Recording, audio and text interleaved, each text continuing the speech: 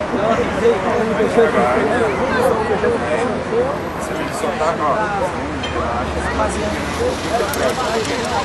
vai dando corda lá. Não dá corda assim não, só você se inclinar e soltar. Dessa vez. Joga bem inclinado aqui no Brasil. Você vai liberando aos poucos. Isso. Vai soltando no copos lá. Vai falar, vai fazer o peito. Viu? Entendeu agora? Vai deixando fluir.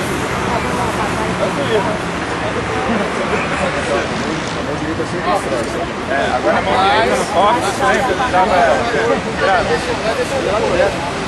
Tá vendo que se você segurar ela não cai. Não cai, né? Direito. Se você soltar direito, você começa a descer. Porque a corda é grossa, ela tá seguida aqui.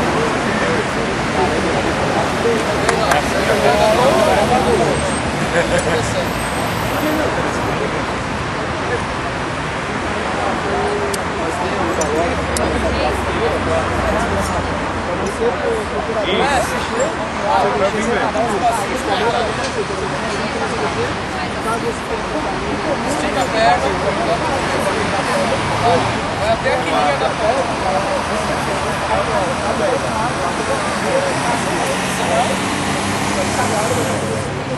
Aí, você vai descer lentamente. Tira sem o flash, Devagarzinho.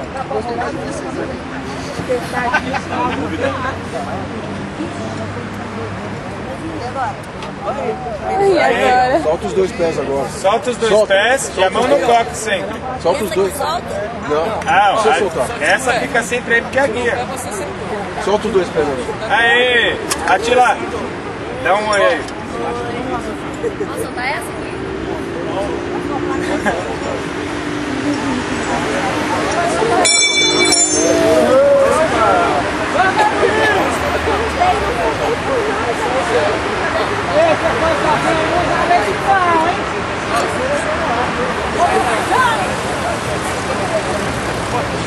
É mó bom ser mulher porque você é leve, velho. Qualquer coisa segura. Comigo é a primeira vez, né? Mas eu preciso de qualquer maneira. Essa porra não segura, pai. Desce, velho. Primeira vez, 97 quilos, velho. Você vai ter segurado. Esse 8 do ar tem que segurar mais. Ela adorou, né? Nossa, ela já tá lá. 10 anos depois. Graça, mano.